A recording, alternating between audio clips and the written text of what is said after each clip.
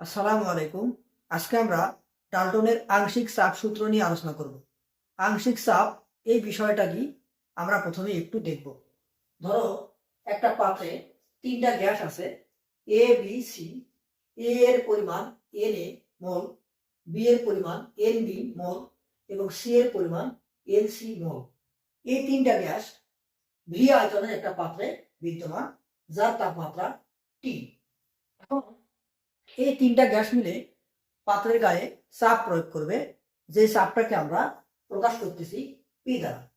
এখন একই পাত্রে যদি এই তিনটা গ্যাস না থেকে শুধুমাত্র একটা গ্যাস থাকে, ধরি এ গ্যাস আছে যার পরিমাণ এন এ, তাপমাত্রা একই এবং পাত্রটার আয়তন একই।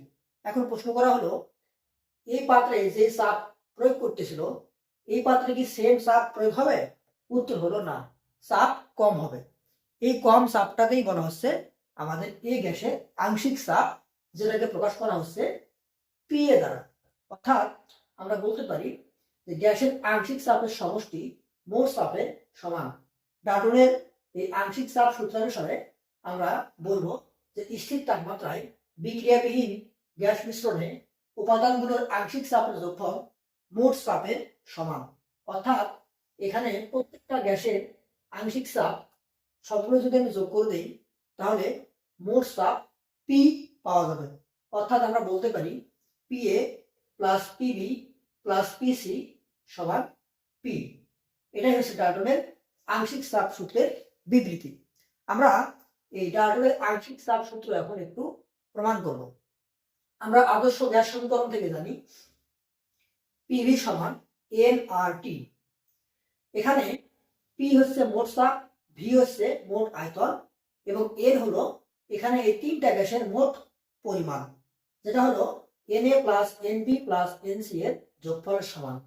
তাহলে আমরা এই মানগুলো এখানে বসা দেব।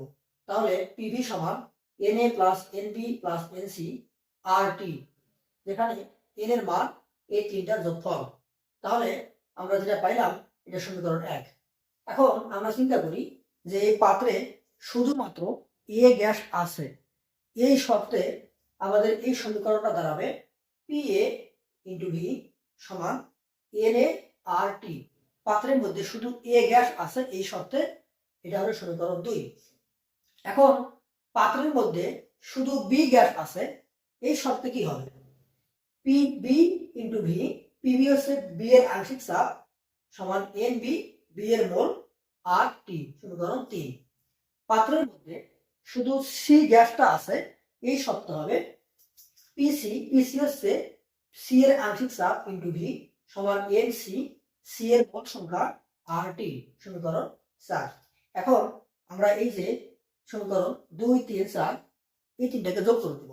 তাহলে আমরা যোগ করলে আমরা আমাদের বাম পক্ষে পাবো ভি ইন্টু ভি কমন যাবে, সবগুলোতে ভি কমন যাবে, V into P A plus PB plus PC সমান ডান পক্ষে N A plus N B plus N C R T, সমীকরণ 5। আমরা এই তিনটাকে যোগ করে যে সমীকরণটা পাইলাম সমীকরণ 5 এবং আমাদের যে সমীকরণ 1, একটু ভালো করে খেয়াল করি 1 নম্বর সমীকরণ এবং 5 নম্বর সমীকরণের এই ডান পক্ষের মানটা সমান হয়ে গেছে। তাহলে যেহেতু ডান পক্ষ সমান হয়েছে তাহলে আমরা বলতে পারি যে বাম পক্ষ সমান। তাহলে 1 নম্বর সমীকরণের বাম পক্ষ পিভি আর 5 নম্বর সমীকরণের বাম পক্ষ V into P A plus PB plus PC. দুই পাশ থেকে আমরা যদি ভি কেটে দিই তাহলে আমরা পাবো পি সমান P A plus PB plus PC. এই পি এ, পিবি এবং পিসি হচ্ছে যথাক্রমে এ, বি এবং সি গ্যাসের আংশিক চাপ। এই তিনটাকে যোগ করলে আমরা পি পাইতেছি, যেটা কিনা আমাদের এই পাত্রের মোট চাপ। তাহলে এটাই আমাদের ডাল্টনের আংশিক চাপ সূত্রের প্রমাণ। আমরা এখন মোল ভগ্নাংশ নিয়ে আলোচনা করব। ধরো এই পাত্রে দুইটা গ্যাস আছে এ এবং বি, এ এর পরিমাণ এন এ, বি এর পরিমাণ এন বি। আমরা মোল ভগ্নাংশের সূত্রটা একটু ভালো করে শিখবো, যে মোল ভগ্নাংশ হচ্ছে নিজের মোল সংখ্যা ডিভাইডেড বাই মোট মোল সংখ্যা। তাহলে এই সূত্র অনুযায়ী আমরা যদি এর মোল ভগ্নাংশ বের করতে চাই, এর মোল ভগ্নাংশ সমান নিজের মোল সংখ্যা হচ্ছে এন এ আর এখানে মোট মোল সংখ্যা N A plus N B. অর্থাৎ এর মোল ভগ্নাংশ এক্স এ, সাধারণত মোল ভগ্নাংশকে এক্স দিয়ে প্রকাশ করা হয়, এক্স এ সমান উপরে নিজের মোল সংখ্যা ডিভাইডেড বাই মোল মোল সংখ্যা। অনুরূপ ভাবে বি এর মোল ভগ্নাংশ এক্স বি সমান নিজের মোল সংখ্যা এখানে N B divided by mole mole সংখ্যা N A plus N B. এখন আমাদের এই যে একটা পাত্র দেখা যাচ্ছে, এই পাত্রের মধ্যে তিনটা গ্যাস আছে, হাইড্রোজেন যার পরিমাণ 2 মোল, অক্সিজেন যার পরিমাণ 7 মোল, কার্বন ডাই অক্সাইড যার পরিমাণ 6 মোল। আমাদের এখানে প্রশ্ন করা হলো প্রত্যেকের মোল ভগ্নাংশ বের করো। তাহলে আমরা প্রথমে দেখব আমাদের এই পাত্রে মোট কত মোল গ্যাস রয়েছে।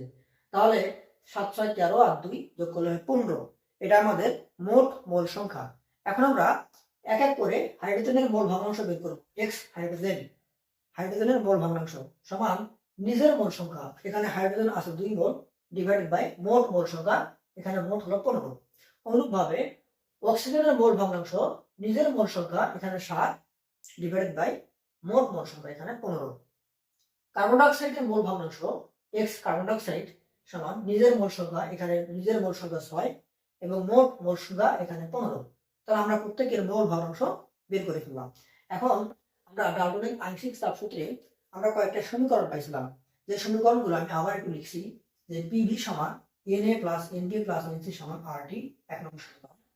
P A into V, P এর আংশিক চাপ সমান এন এ ইন্টু আর টি, সমীকরণ 2। আমরা পাইছিলাম পি বি ইন্টু ভি সমান এন বি আর টি, সমীকরণ 3, এবং পি সি ইন্টু ভি সমান এন সি আর টি, সমীকরণ 4।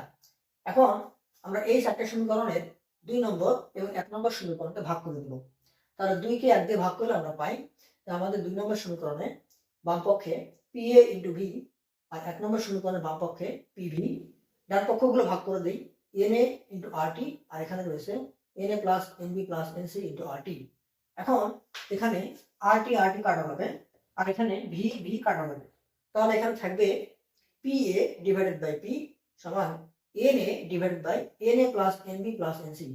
একটু ভালো করে খেয়াল করুন তো, আমাদের এই যে এই অংশটা, এটাকে বলা হচ্ছে এ এর মোল ভগ্নাংশ, কারণ নিজের মোল সংখ্যা এ এর মোল সংখ্যা, আর আমাদের এই পাত্রে তিনটা গ্যাসের মোল পরিমাণ নিচে ভাগ করা হয়েছে, তার মানে এটা হচ্ছে এ উপাদানের মোল ভগ্নাংশ। তাহলে আমরা এই পার্টটাকে বলতে পারি এক্স এ বা এ এর মোল ভগ্নাংশ। তাহলে আমাদের সমীকরণটা দাঁড়াবে P A divided by P সমান এক্স এ। আমরা যদি কোনাগুলি গুণ দেই তাহলে পি এ বা এ এর আংশিক চাপ সমান এ এর মোল ভগ্নাংশ ইনটু মোট চাপ।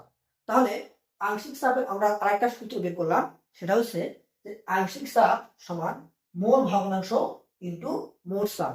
যদি কোনো অঙ্কে মোল ভগ্নাংশ থাকে তাহলে আমাদের আংশিক চাপ বের করার সময় আমরা এই ফর্মুলাটা অ্যাপ্লাই করব।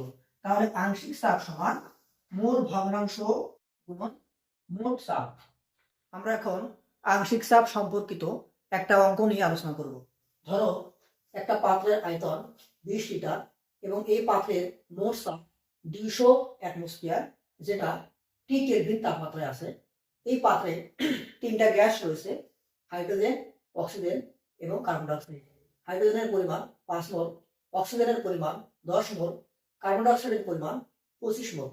আমাদের প্রশ্ন করা হলো পি অফ হাইড্রোজেন, হাইড্রোজেনের আংশিক চাপ কত, অক্সিজেনের আংশিক চাপ কত, কার্বন ডাই অক্সাইডের আংশিক চাপ কত। তো আমরা জানি, একটু আগে আমরা শিখলাম যে একটা গ্যাসের আংশিক চাপ পি অফ এ, যদি সেটা এ গ্যাস হয় তাহলে এর আংশিক চাপ সমান এর মোল ভগ্নাংশ ইন্টু মোট চাপ। আমরা মোল ভগ্নাংশ থেকে আংশিক চাপ বের করব। তাহলে আমাদের এখানে মোল ভগ্নাংশ আগে বের করতে হবে।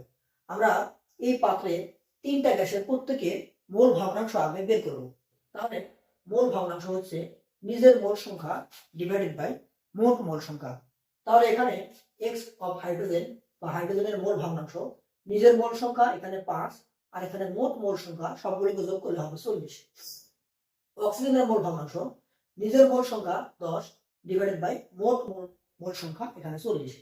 অনুরূপভাবে কার্বন ডাই অক্সাইডের মোল ভগ্নাংশ সমান নিজের মোল সংখ্যা ডিভাইডেড বাই মোট মোল সংখ্যা। তাহলে আমরা মোল ভগ্নাংশ বের করলাম। এখন আমরা এক এক করে প্রত্যেকটা গ্যাসের আংশিক চাপ বের করব। এখন পি অফ হাইড্রোজেন, হাইড্রোজেনের আংশিক চাপ সমান হাইড্রোজেনের মোল ভগ্নাংশ ইনটু মোট চাপ। হাইড্রোজেনের মোল ভগ্নাংশ কত? 5/40 ইনটু মোট চাপ পি, যেটা কিনা আমাদের এই পাত্রে 200 অ্যাটমসফিয়ার। তাহলে এটা গুণ করলে আমরা পাবো 25 অ্যাটমসফিয়ার, যেটা কিনা হাইড্রোজেনের আংশিক চাপ। অক্সিজেনের আংশিক চাপ পি অক্সিজেন সমান অক্সিজেনের মোল ভগ্নাংশ 10/40 ইন্টু মোট চাপ 200। এটা কাটাকাটি করতে হবে 50 অ্যাটমসফিয়ার। কার্বন ডাইঅক্সাইডের আংশিক চাপ সমান কার্বন ডাইঅক্সাইডের মোল ভগ্নাংশ ইন্টু মোট চাপ। এটা কাটাকাটি করতে হবে 125 অ্যাটমসফিয়ার। আমরা চাইলে এই কার্বন ডাইঅক্সাইডের আংশিক চাপ অন্যভাবে বের করতে পারি। কিভাবে? যে কার্বন ডাইঅক্সাইডের আংশিক চাপ সমান আমরা যদি মোট চাপ থেকে অক্সিজেন এবং হাইড্রোজেনের আংশিক চাপটা বাদ দেই, তাহলে কিন্তু আমরা কার্বন ডাইঅক্সাইডের আংশিক চাপ পাবো, যেটা এখানে 125 অ্যাটমসফিয়ার। তাহলে মোট চাপ 200, এখান থেকে আমি হাইড্রোজেন এবং অক্সিজেনের আংশিক চাপটা বাদ দিলাম, তাহলে এটা হবে 75, আর 200 বিয়োগ করলে হবে 125 অ্যাটমসফিয়ার। এটা কেন হলো? কারণ আমি তো শিখে আসছি যে মোট চাপ পি সমান পিএ প্লাস পিবি প্লাস পিসি। এখান থেকে যে কোনো একটা বের করতে চাইলে আমরা পক্ষান্তর করলেই, আমি যদি পিএ বের করতে চাই তাহলে আমরা পাবো যে মোট চাপ থেকে আমাদের পিবি এবং পিসি এর আংশিক চাপ যোগ করতে হবে, তাহলে আমাদের অ্যান্সার বের হবে। এটাই আমাদের ডালটনের আংশিক চাপের সূত্র। ধন্যবাদ সবাইকে।